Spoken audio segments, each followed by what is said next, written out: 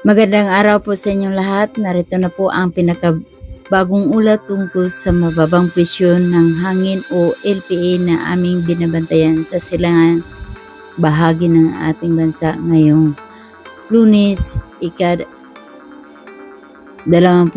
ng Hunyo taong 2026. Batay sa pinakahuling larawan ng satellite, ang nasabing LPA ay huling nakita sa layong 695 km silangan ng Surigao del Norte.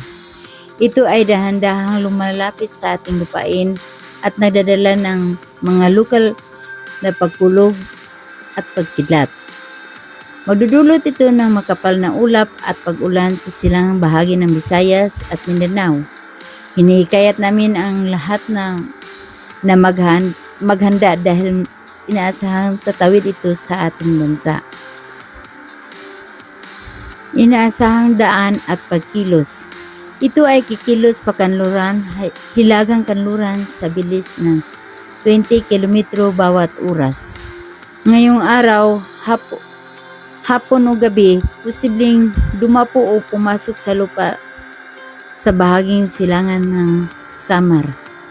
Pagsapit ng alas 10 ng gabi, dadaan sa lalawigan ng Samar at Hilagang Samar. Ika-2 oras ng madaling araw o Martes, lalapit o dadaan sa Masbate. Martes ng hapon, inasahan na sa Romblon na ito at patuloy na tutungo patungong Marinduque. Martes ng gabi, aabot sa silangang Mindoro at Kanlurang Mindoro at nagpapatuloy patungong Coron. Miyerkules, inasahang lalabas na patungo sa kanlurang bahagi ng ating bansa.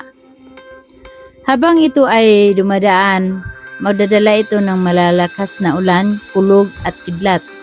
Maging laging handa at mapagmatsyag laban sa biglaang pagbaha sa mababang lugar at pagguho ng lupa sa mga kabundukan. Habang ito ay kumikilos pakanlurang hilagang kanluran, lalo nitong patitibayin ang hanging habagat. Ito ay makakaapekto sa kanlurang bahagi ng bansa kabilang ang Palawan, timog at kanlurang bahagi ng Mindanao, silangang Visayas at katimugang bahagi ng Luzon. Malaki ang pagkakataon na ito ay maging ganap na bagyo habang nasa kanlurang bahagi pa lamang ng ating bansa. Kapag ito ay naging ganap ng bagyo sa loob ng ating sakop ng lugar, ito ay tatawagin sa pangalang Bagyong Henry, ang ika-8 bagyo para sa taong 2026. Iba pang sistemang panahon na binabantayan.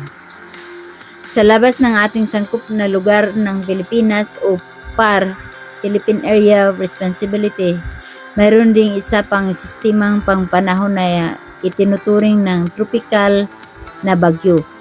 Ito ay may lakas ng hangin na umabot sa 65 km per hour sa gitna nito at pagbugsong umaabot sa 80 km per hour. Ito ay mabagal na kumikilos pahilagang sa bilis ng 5 km per hour. Ayon sa ulat, Hunyo 25 to Hulyo 1, ang LPA ay kikilos pakanluran, hilagang kanluran. Sa naunang pagtataya, inaakala lamang itong dadaan sa gilid ng ating silangang bahagi, ngunit sa pagkabagong datos, tiyak na tatawid na ito sa ating bansa mula Visayas hanggang sa katimigong bahagi ng Luzon. Ito ang pangalawang nabuong LPA na mas mataas ang tsansang dumapo o tumawid sa ating lupain.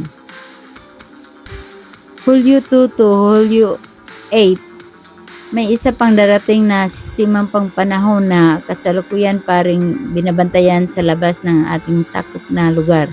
Ito ay nasa kategorya ring tropical na bagyo at posibleng pumasok sa ating sakop na lugar sa mga susunod na araw. Patuloy namin itong susubaybayan ng mabuti.